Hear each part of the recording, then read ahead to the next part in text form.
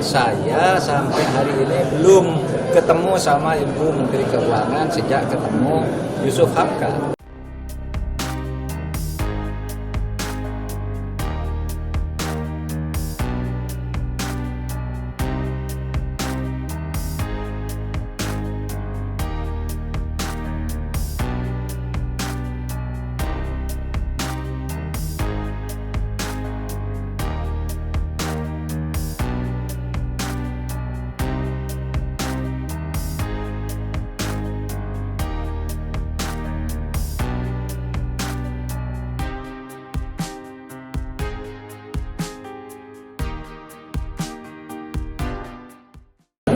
Ya, laporannya kepada saya, ketemunya kepada saya kan baru beberapa, ya kira-kira 2 minggu yang lalu lah.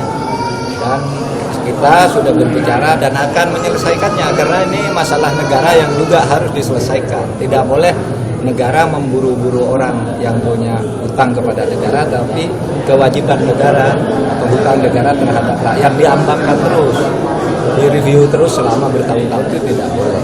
Tetapi memang saya sampai hari ini belum ketemu sama Ibu Menteri Keuangan sejak ketemu Yusuf Hamka. Kenapa? Karena begitu laporan terus Bu Sri Mulyani ke luar negeri, ke London, ke Paris dan sebagainya. Sementara saya kunjungan kerja ke berbagai daerah.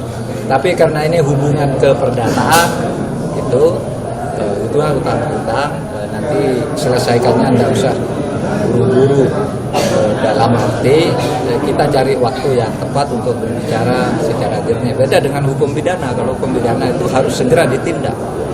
Itu penegakan hukum pidana itu tidak boleh dihalang-halangi oleh aparat siapapun, tidak boleh di-backingi oleh siapapun. Backing terhadap penegakan hukum itu adalah presiden.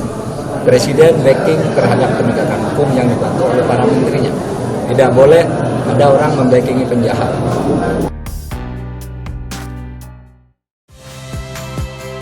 Saya Nitya Anissa, saksikan program-program Kompas TV melalui siaran digital, pay TV, dan media streaming lainnya.